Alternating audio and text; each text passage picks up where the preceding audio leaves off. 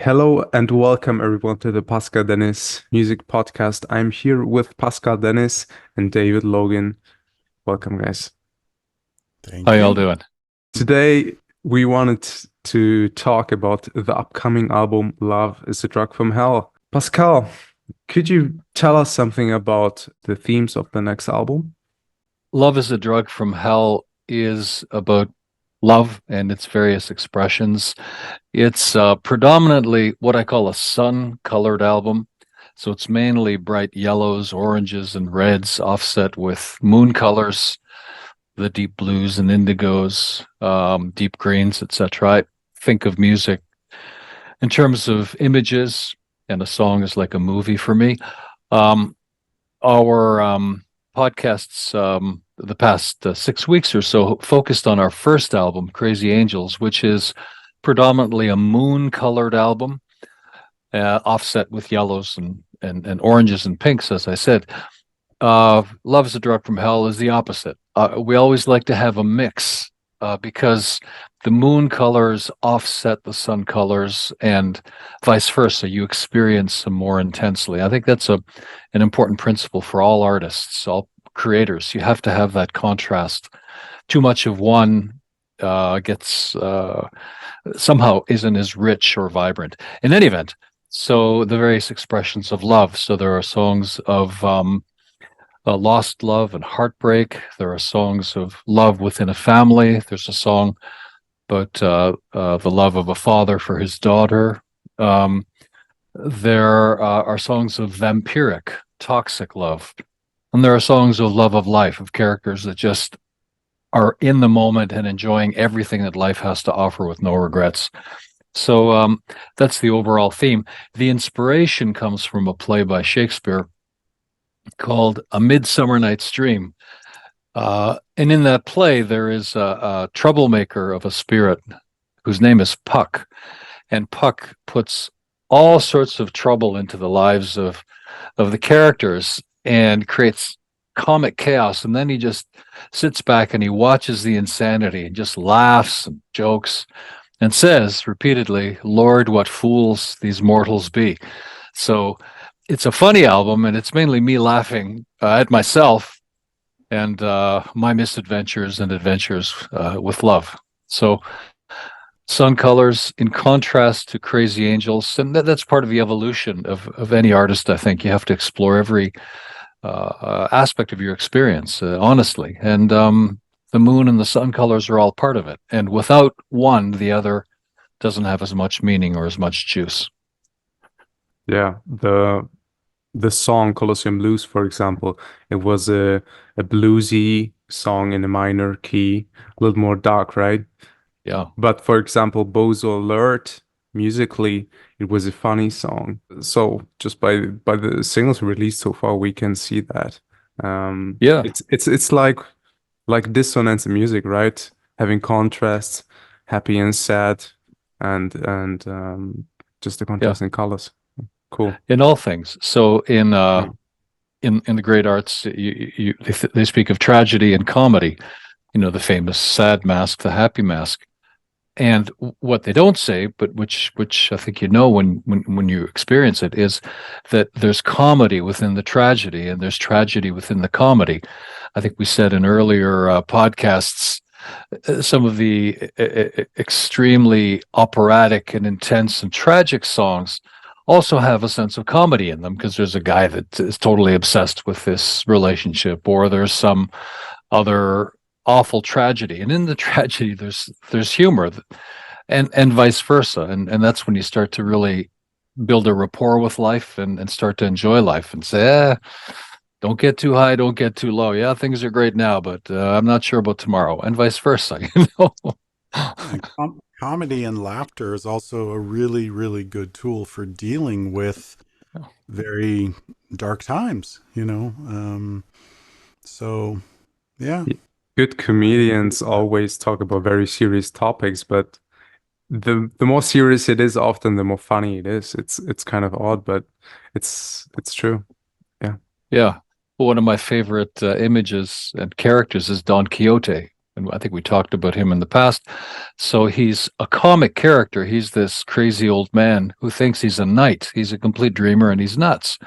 So he takes his poor servant Sancho Panza on these ridiculous adventures, and he's riding this old nag, and he's wearing this ramshackle armor, and he's charging at walls and falling and hurting himself, and he sees Dulcinea, who's a milkmaid and a tart, and he thinks she's this beautiful Eleanor of Aquitaine figure, this noble woman, and he's singing to her, and everybody's laughing because it's ridiculous, but they're also crying because he's so sincere and he's so idealistic, and that's just life, And the beautiful part about that novel is that at the end, Don Quixote has totally given up all his illusions. He recognizes, I've been crazy, I've been a fool, and he's ready to die.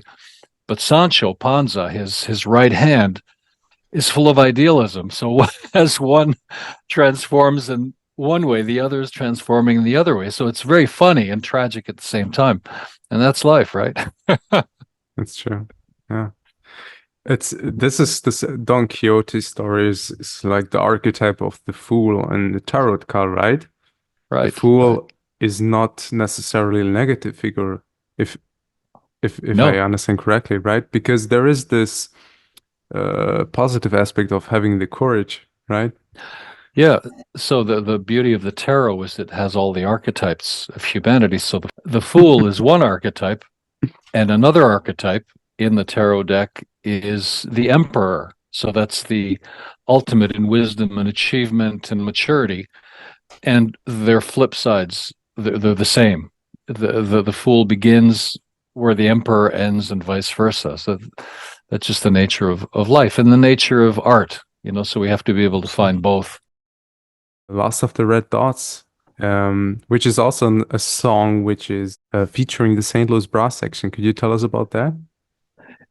Last of the Red Dots comes out of the back and forth banter and jokes, or shtick, as David and I call it, that we have in our regular Friday morning meetings. And a bit of background. So both David and I are extremely organized people. I'm an engineer trained at Toyota Manufacturing, so visualization, standardization, something called the 5S system of visual order, or just, part of who I am. David is as organized as any Toyota site manager. He could fit in, and he'd be right at home at Toyota. He's so organized. His studio is just magnificent. He knows where everything is. Our filing system, our visual tools to keep track of all these songs are marvelous. And my little studio is the same way. So it came out of, at one point we were talking about all our priorities, and of course they're color coded, so reds are priorities, and David said, that's the last of the red dots. So we're so productive that we just crunch through all the priorities and just keep going. Quickly interject. Please. The actual red dot is on the Mac operating system, where you can put tags. Okay. And so the way I understand the progress of an album, green means it's finished, the mix is approved. Orange generally means like it's in production, we're working on it.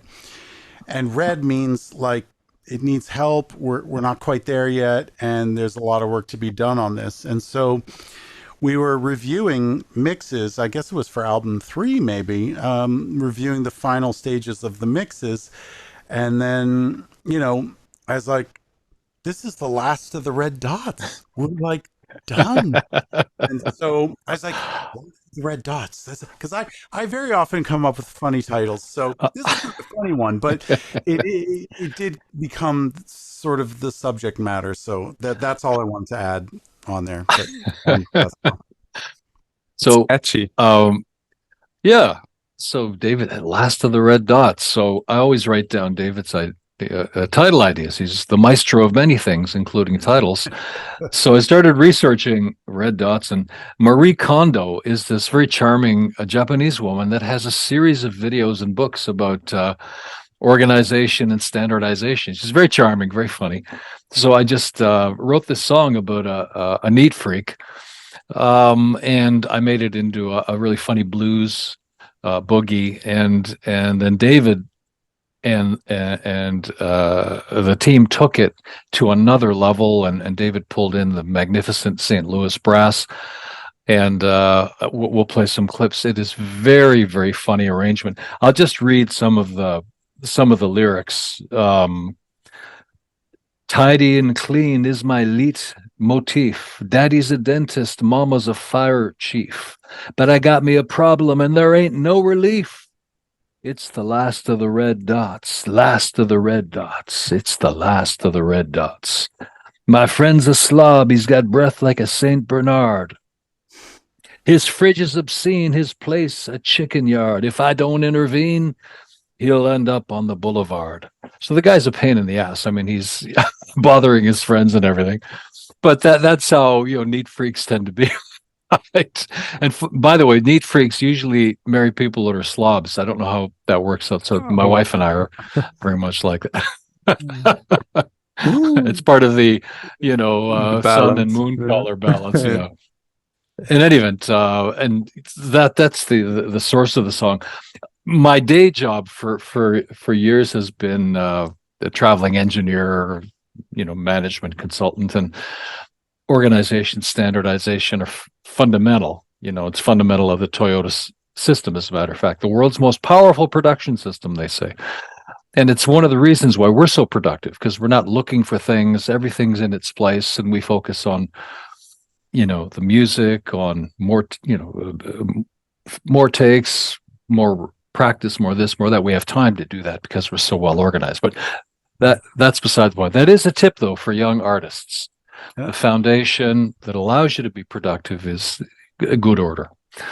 Yeah, and I'll just interject, like the progression of this project, along with the several other projects I work on in the video game universe. I say I'm a video game composer by day and record producer by night. So that's like my alter ego is record producer. But anyway, I decided because Google Drive is crap.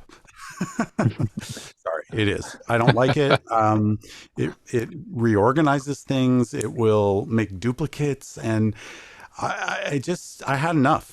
And so I built my own Google Drive. That's literally the level of organization I do. I came to learn that I cannot rely on Google Drive, and so I built my own server and learned. I became like an IT tech head, learned everything about, how to maintain and set up and manage a server. And now we're using that. And actually the workflow now is so much better for me, at least. I don't know about everybody else, but yeah. Yeah. We still have to figure out the Google Sheet. I know we'll get that. Yeah. But I mean, building on your point, David, we are insanely productive with insanely high quality, if I may say so. And it's part of the big reason is the organization that we've both put into it, and the band puts into it. Again, I emphasize that with young musicians and creators. There's this wrong idea that, if I'm chaotic in my life, if I'm all over the place, it'll make me more productive. No, it just makes you boring and unfocused.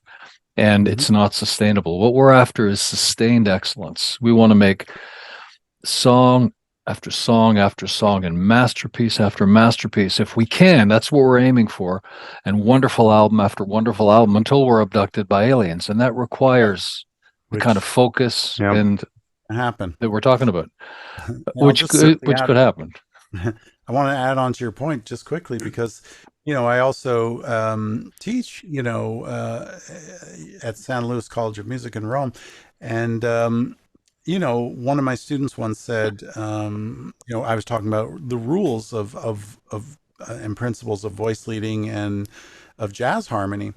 And, I was talking about rules and I was pointing out, not an error, but not a very good way of approaching it. And I used very gentle language, and the reply from the student was, well, the rules are made to be broken. And I was like, no, actually, they're not meant to be broken. They're meant to be followed. Once you have followed them, learned them, digested them and they have literally become part of your skin and the fabric of your like universe, then you can consciously break those rules if creatively it leads to somewhere else. But you can't just like break rules because you don't want to bother learning them. You know what I'm saying? So, and that's the thing. That's what we're doing. Like we're finding people who are all, you know, at the top of their game, young players who are, you know, amazing. And you know, my production experience, 30 years as a record producer. So, and then obviously Pascal's, you know, insane. I don't even know what, 50 years. You're 50 10. years I've been writing Yeah, songs. yeah, he's been right more than 40 for sure, I would say. Since I was a baby. So yeah, we're trying to make, you know, the best possible experience, not just for the listener, but for us. Yeah. So that M- on. I just wanted to add for young artists, just to build on David's point about focus and commitment and longevity. So it's in order to sustain something, you've got to have the intensity of a laser. And to really get good, you've got to it's where the two lasers intersect and they stay there. That double intensity, and you sustain it. You sustain it with all the things we're talking about. That's what's required. This idea of just random, I'll just bounce around and just emote. That's just noise. It's just noise. It has no meaning. It has no staying power. And the world is full of failures that just thought I can just emote. There are flashes in the pan. An actor, a musician, or a dancer that is around for a few months or for a year or two. Who cares? It's not sustained. But the greats, the Barishnikovs, the great composers, the great musicians, they're there year after year after year after year. I saw an interview with Sting. Sting is a great artist and he has longevity and he is utterly committed to his craft. He does all this stuff and has been doing it for his whole life. That's how you get to be Sting or whatever artist, fill in the blanks. It's not luck. Many artists face things like writer's block and they complain that they don't feel inspired. But I think the secret also to your productivity is that you treat it like a job.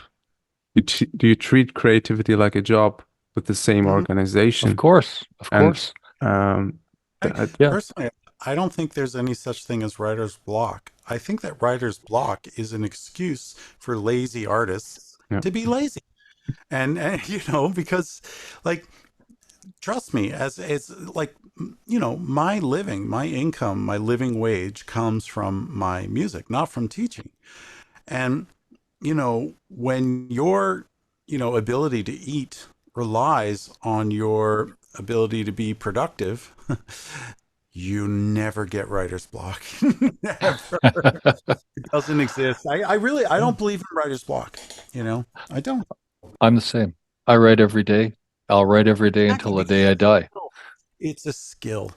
And that's the thing. If you practice the skill, then you can, I mean, maybe you will come up with something that might be formulaic, but there's nothing wrong with a formula, especially if it works.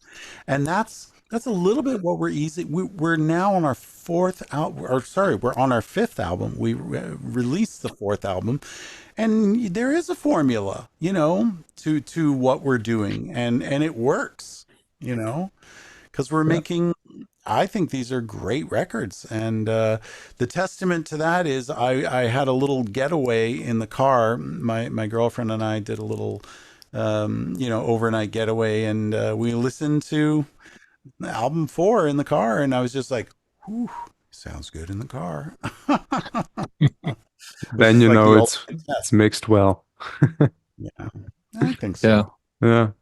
Related to this idea of organization and standardization is learning the facts. I call it the facts of music. So in jazz, you learn the basic progressions, 251, 16251, 136 251, etc., etc. You learn it in all the major keys, then all the minor keys. Mhm. And then you learn the extensions, so you can add this or that. It could be a sharp or a flat 2 or a 5 or whatever it is. And they're all quote unquote part of a formula, but that's how you make art. Similarly with painting, I'm not a painter, but I'm sure there's a similar kind of a project and process. You have to learn the basics. You have to master your craft, and then you can practice and practice and get better and better. And occasionally you can break a rule to create an emotional effect. But if you don't know the rules, if you don't know the chords, if you don't know the sequences, if you're just emoting, it's just noise. Mhm. Yeah, and I think these rules, they can be built out in different kinds of art, because if you look at people like even like Skrillex and Deadmau5, like they're not at all going even close to what you and I are working on together, but there's a whole other set of rules to like electronic dance music that are foreign. Well, I can fake it, but but and it's beautiful to watch things like this like happen. In fact, is because there are all these happenings, and so new systems can evolve, and sometimes they're built upon older systems. Just one last thing. So Yeah. the way I think of the past, what's come before, and what's ahead of us is that I think of we're trying to spring into the future, but based on the past, based on what we've learned, based on the forms, based on the structures, based on the experiences and stories. We want to spring into the future. So our style is retro, but it's new and fresh because our band are young people that are taking these retro styles and creating something new. Hmm. Also, we're not afraid to break and bend the rules because Pascal and I know those rules. So, when it comes down to it, it's not hypocritical if, I choose to produce something in a way that is not in line with traditions. Same way Pascal can, and he does this all the freaking time, where he'll make a chord sequence, and it's like I'm sure I know where the next chord is, and I can, in anticipation, I'm getting ready to play the next, dominant with a sharp 11 or whatever he wrote, and then he just completely flips it on his head, and I'm just like, oh, I didn't expect that. But it keeps it fresh for everybody. Also for our musicians, because, they're used to playing, these kinds of chords in a very specific way, and they practice soloing over, yeah, 16251, until they're blue in the face. And so Pascal will do 162 sharp 2, half diminished, you know I it's think like, about that consciously, by the way. I think, okay, I'm going to trip these guys up. I'm going to do a little trick here. you know what, that is kind of the essence of jazz. All the musicians are trying to mess up the other person by doing the unpredictable.